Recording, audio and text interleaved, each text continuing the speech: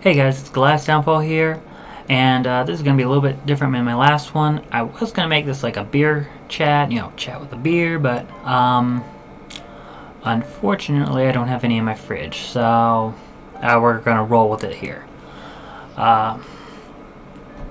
So I saw this article right here from Vox, and I've seen it on a few other ones where they are ranking Pixar movies. And I know not everyone likes list videos, and if you don't like it, just leave it down in the comments. Hey, this really isn't the direction I'd like to see you go, or something along those lines. Just please be constructive. But I love Pixar, and I've watched all the movies. I grew up watching them as a kid. I love a lot of the shorts, but we're gonna just stick to the feature-length movies. And they ranked their movies, and I actually, all of them, I've never liked any of the rankings. So, of course, that one.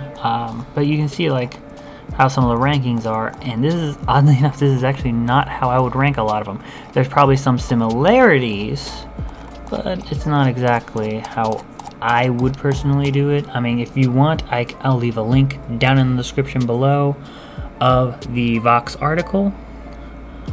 But I thought I would go over my list of how I would do it. And this is, I'm not gonna have I might put like little things over here for the video, but mostly I'm just gonna kind of stick to the list on my computer.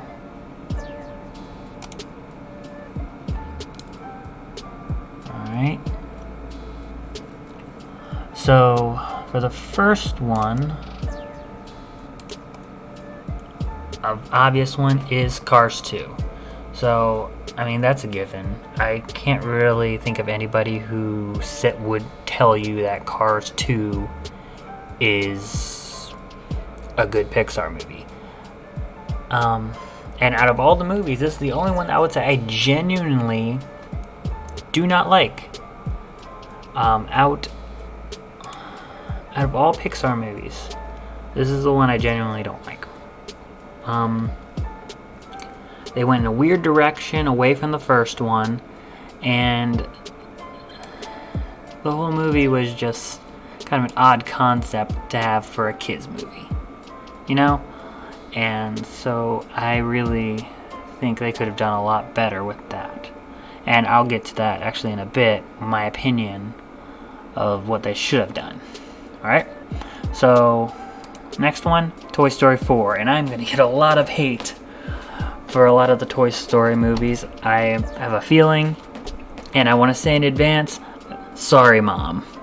I know you love the Toy Story movies, and if you're watching this, I know you love them. You're probably not going to like where I'm placing them in this list.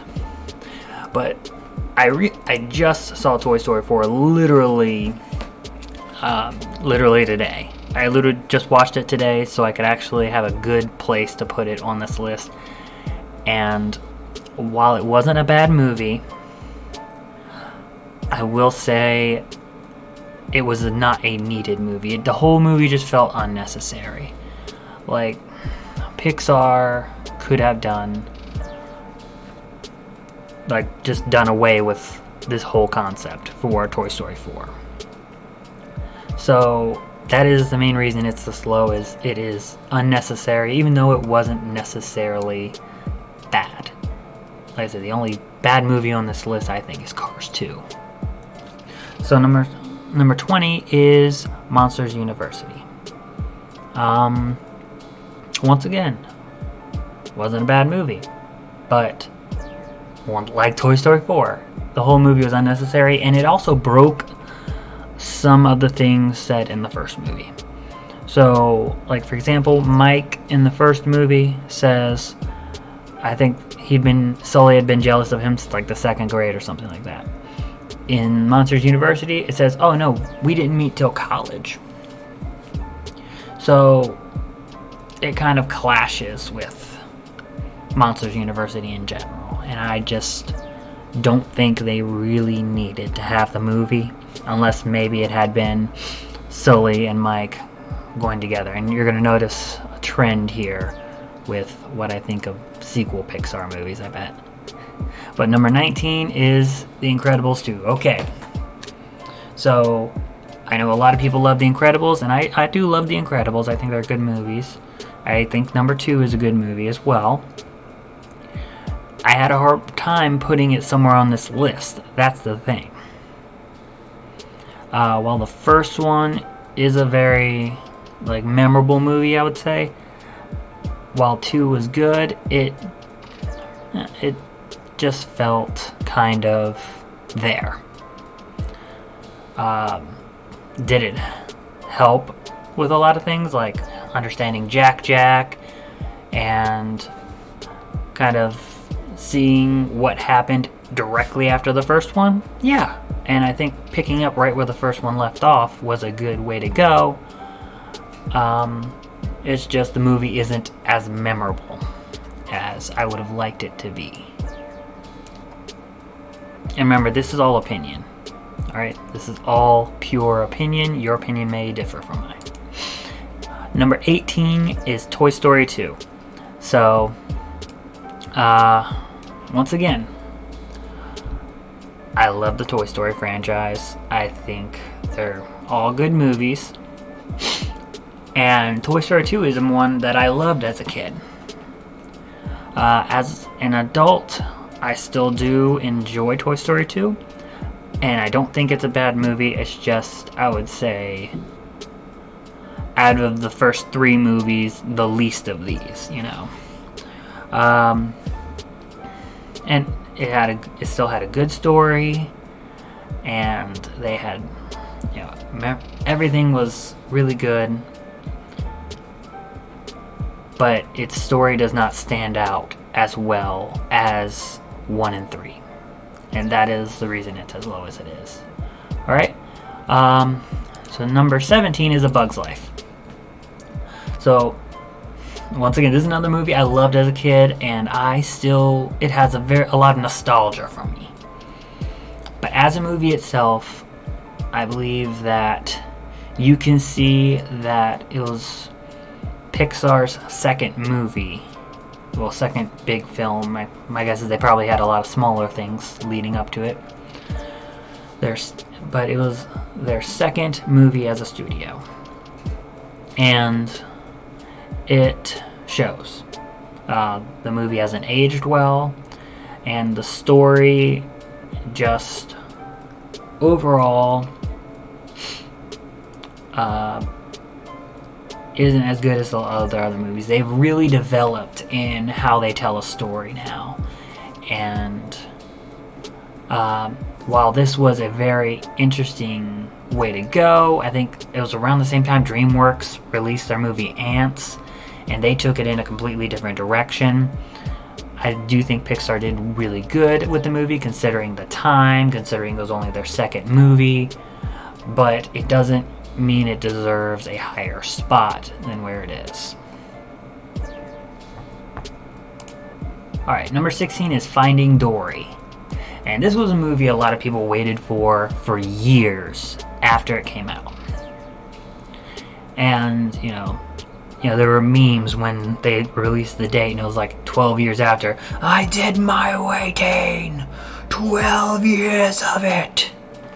And it's true. We waited on the movie, and we were hoping for it, because Finding Nemo is such a beloved Pixar movie. And when they brought it to the table, I think they did really well with it, considering. And that's the thing. That's the hard thing about a Pixar list, is that a lot of the movies are still really good. But you have to think, is it as good as all of these other movies? And that's the thing, is I just don't think Finding Dory is as good as a lot of their other movies. It's still a really good movie. I love rewatching it with my son. But it is not, one of their top movies. Number 15 is Toy Story 3. So, Toy Story 3, I really wish that had been the last one. Like I said, Toy Story 4 felt unnecessary to me. Toy Story 3, I think, is so good. Despite where it is so good of a movie. And they really did a well concluding Woody's story, Woody and Buzz's story. And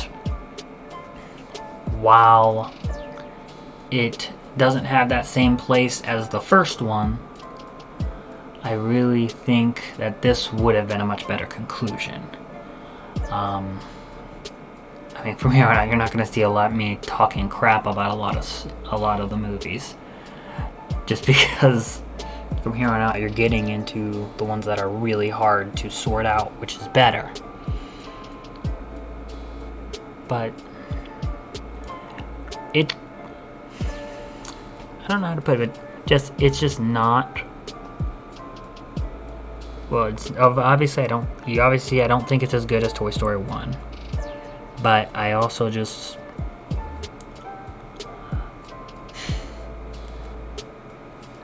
like, you're gonna see me struggling a lot trying to be critical of these movies, because they're all so good. From here on out, it's really hard to be critical. It's just a good movie, but it's just not as good as the other ones. And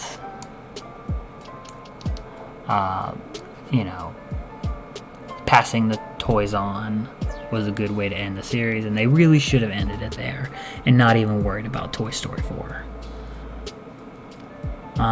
So next one, Cars 3. So if you notice the trend of like mostly sequels have all led up to here, I'm gonna say I think Pixar needs to stick to one-offs, because that is their bread and butter. I think they are amazing at just doing one-off movies. If that's all they ever did, Bug's Life will be the lowest one. That's just the lowest of their one-offs. So you see there's a few sequels I think that are better than it. And that's saying a lot. Cars 3 is really good. Cars 3 should have been Cars 2. And that's all and that's where it should have ended. Cars 1, Cars 2, no Cars 3. But Cars 3 should have been Cars 2. Because it actually went from the first one to the second one. It didn't do some weird side thing that had nothing to do with Cars. Well, you get what I mean, Cars, the story. And it brought some closure for Lightning McQueen, because, the first one, he's this rookie who's really good, and he's surpassing all these people who have been in the game for a while. And this one has him being the old guy, being beaten by the rookies.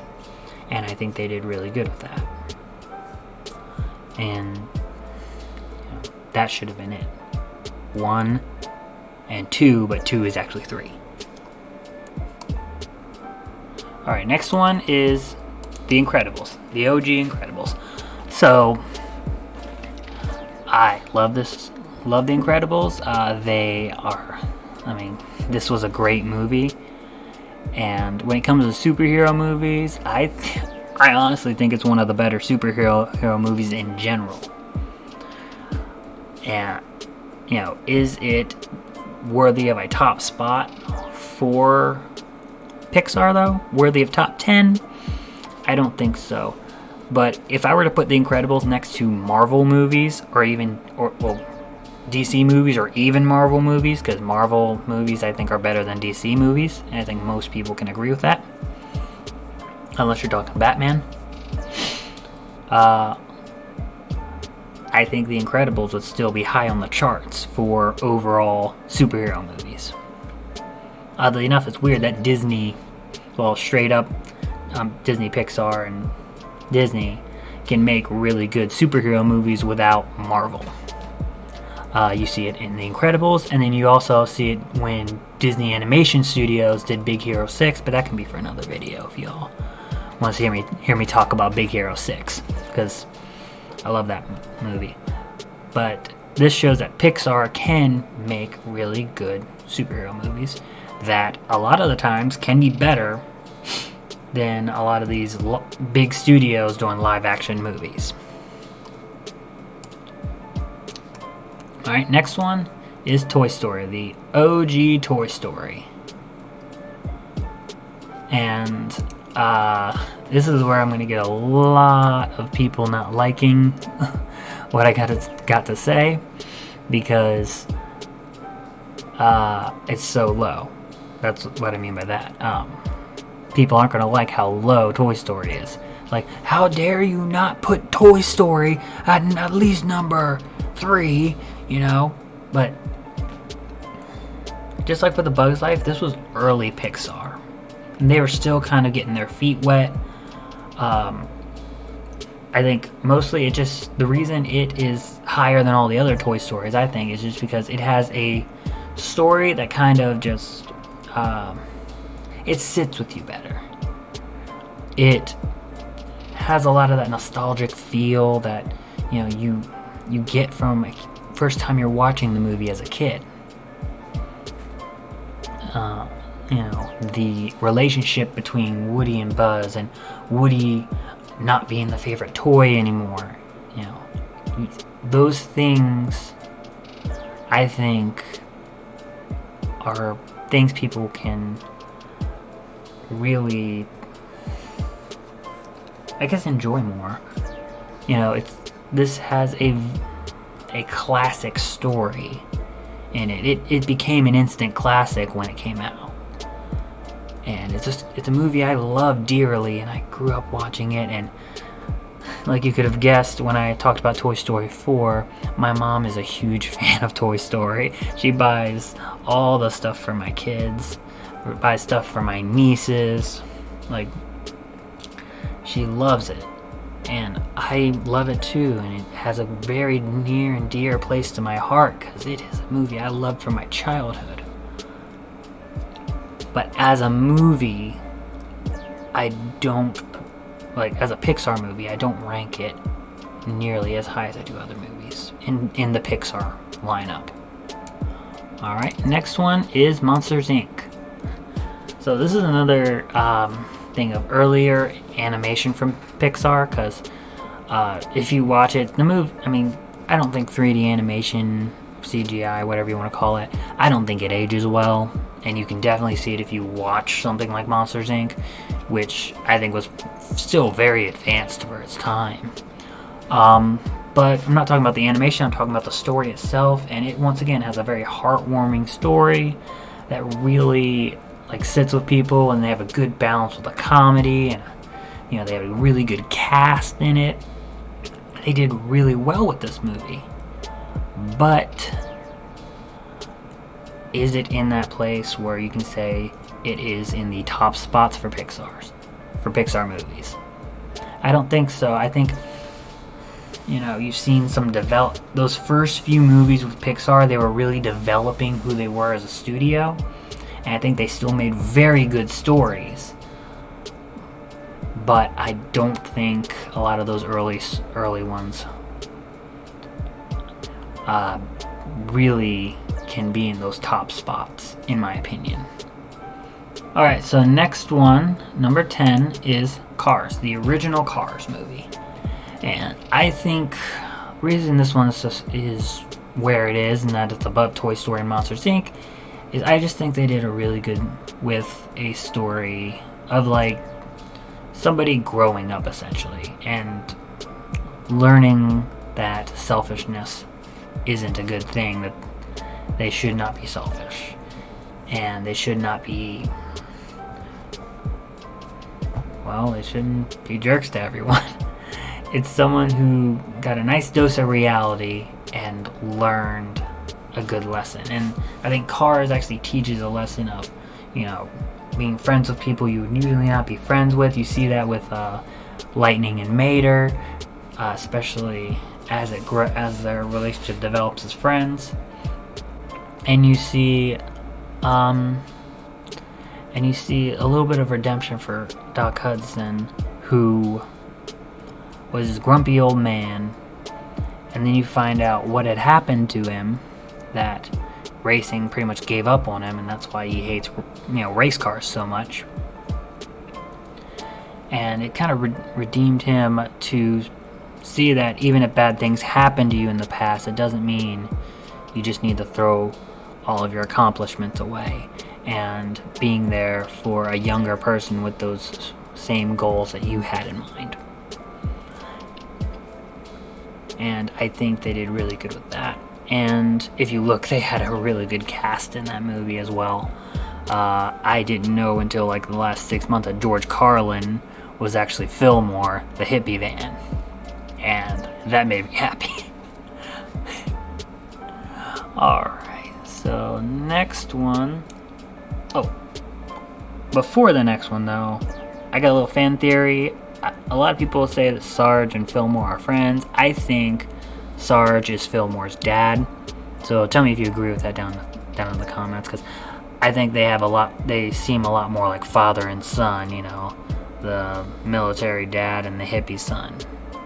So, I don't know what you think. Okay, number 9 is Finding Nemo. The classic Finding Nemo that everybody loves. You know, seeing a father go to try and save his son, a father who is literally scared of the world, facing those fears because he loves his son so much. And even though he was overprotective, he starts to see that he doesn't need to be overprotective for him. And that he can still be there for his son without hovering over him.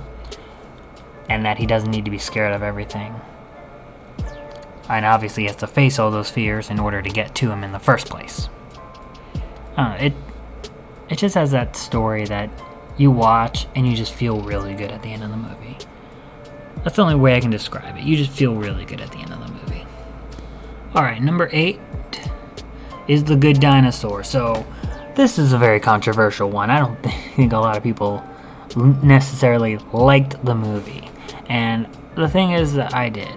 I really liked The Good Dinosaur. And I think the reason why, though, is because I used to always watch westerns as a kid with my granddad. And I don't know, I like the western genre, the western movie genre, and that's what they did with this. They took a concept of western movies. They took the concept and then said, let's put a little twist on that. Let's make it prehistoric, and dinosaurs are the people and the critters can be human. And they did really good. I think they did really good with that. It's a classic western story with a twist. That's what I think this is, and I think they did really well with that. Alright, and number 7 is Up. So, Up, I mean, everyone knows in the first 15 minutes of Up, you get a better love story than 90% of romance movies out there.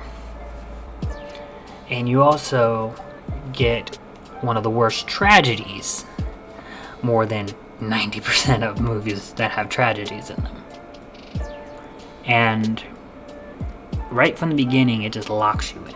And they do really well with that throughout the movie. And then they kind of twist it and change direction after that tragedy to show the elderly man. What is his name? Let us see.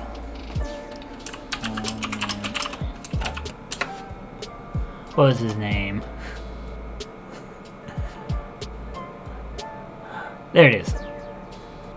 Carl Fredricksen. So Carl, and then when he meets the boy Russell, Carl starts to be able to truly, I mean, you never get over losing a loved one.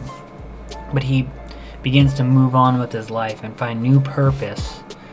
It was originally to move their house, but I think it did eventually become Russell. And Doug, everyone's favorite character, who gets distracted with squirrels. So the next one is Ratatouille. So, I don't know what else to say about Ratatouille. It's a good movie that, shows that even if you come from a place that people say, oh, you can't be that, you can't have those ambitions, but you can. It shows it by a rat who becomes a cook. And he has a passion for cooking and a love for cooking, and by the end, even though things didn't entirely go right, he still was happy in the end, doing what he loved. Number 5 is Inside Out. So I've been watching this movie a lot lately because my 1-year-old absolutely loves this movie. This boy dead stops in his tracks to watch this movie. And I think this movie just does really well,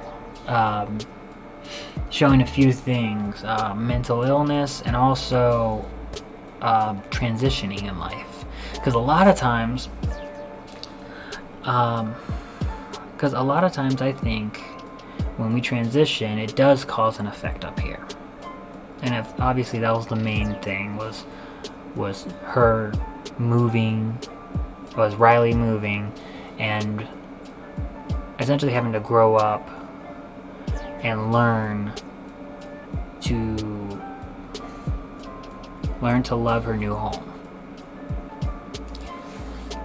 And through that, she began to be depressed. She began to kind of numb herself to emotion. I mean, by the end, she's completely numb to emotion until sadness comes in and shows that, there are times you do need to be sad in life. And it can really help you because it helps people know that you need them. I mean, that's the best way I can put it. And it also has one of the saddest moments in a Pixar movie. Like, if Up has the saddest moment, I think Inside Out has the second saddest moment, where they say, "Take her to the moon for me." That got me. It did. Alright, number 4 is Brave. This one's always so low on lists. Like, okay, let's go back over to the Vox list. I'm gonna scroll up real quick. There it is. It's 14 on their list. 14. And I don't think it deserves that. I think this is a very underrated princess movie. This is a very underrated princess movie. It's got a unique setting. Scotland. I think it's like 10th century Scotland or something like that. It's got a very unique princess. We would talk about all the the strong princesses that are coming out now with the Frozen movies and Moana, but Brave, I think, does it way better because it doesn't try to make her completely independent. It helps her still know that she still needs her mother, not in certain ways, but she still needs that camaraderie with someone else. And it just so happened to be her mother in this movie. And, and showed that her as a strong, growing woman, it's good to have that strong woman in her life. So I have nieces, and I don't have daughters myself. If I did have a daughter, I'd want her to be like Merida. Still follows the strong women in her life, still works to be independent, still wants to, be in charge of her own fate, which is something you don't see with any other princess, someone who is in charge of their fate. And, and she really, is a good role model, I think, for women. For girls. I think she should be the princess girls look up to. Alright, next one is Coco. I love Coco. I do. I love this movie. It's so, you got all the bright colors, and they really, you can tell this is a love story for Mexican culture. It is. I didn't really know a lot of those couple of facts about Day of the Dead. I didn't know that during the Day of the Dead that they honor their lost family members. I thought they just honor the dead, but it's specifically your family. Now, correct me if I'm wrong, if you are from Mexico or your family's from Mexico and you all still celebrate Day of the Dead. But that's what I got from it, is that you celebrate your family, your ancestors, tell their stories to honor them. And I think they did really well. They made a very good story, and you see when Miguel is playing the guitar, his passion and love for music, even though his family hates it. And it's also it's a very good story that shows, you can still follow a passion without giving up your family. That, yes, you should still put your family first, but you shouldn't have to totally give up your passion and something you love so much just because, something was in my face. You shouldn't have to give up something you have so much passion for just because maybe your family doesn't like it. You can still love your family and love something you're passionate about. Alright, number 2 is Wally. I think Wally just shows that you can make a great movie with very little dialogue. That is the big selling point of Wally. Hey, do you like movies with just minimal dialogue? And do you like something that's funny, that's just flat out adorable? Come on. And it's just a really good movie that has a very in-depth story, I think. I mean, it goes, it goes with, protecting our planet. It goes with humanity relying too much on technology, humanity relying too much on big corporations. And it also has a little bit a love story in there, and what is there not to love about Wally? Such a good movie, and I think it has the best Pixar moment of any other one, and it is this one.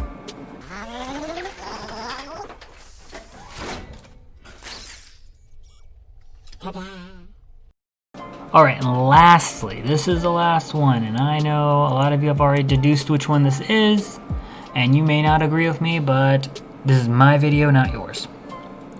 Last one is Onward. So, I watched this when it came out on Disney Plus, and I will say that this is my favorite Pixar movie to date. I can't wait for the next 2 that are coming out, but this is my favorite Pixar movie to date. It has shown how much Pixar has grown up until now as a studio, how well they developed their storytelling, how well they've developed, building characters that you love, and also how willing they are to take risk. They literally did the kind of story that I've really wanted out of things, and you don't really get a lot of, and that is modern day placement of fantasy. I think Netflix did a Netflix original with Will Smith. Yeah, it was called Bright, I think. That did something modern day, but it was a cop movie. But I really preferred Onward when it comes to modern placed fantasies. And I think there needs to be a lot more movies that kind of take that concept and bring it in, because I think there's so many stories you can do with that. I think Onward did so good with that. I was a little skeptical when I saw some of the things that showed similarities to Full Metal Alchemist, which is my favorite anime of all time, but I really didn't see much beyond the basic idea of parent died, they're using a stone to bring it back. Beyond that, no, nothing else was the same. And I loved watching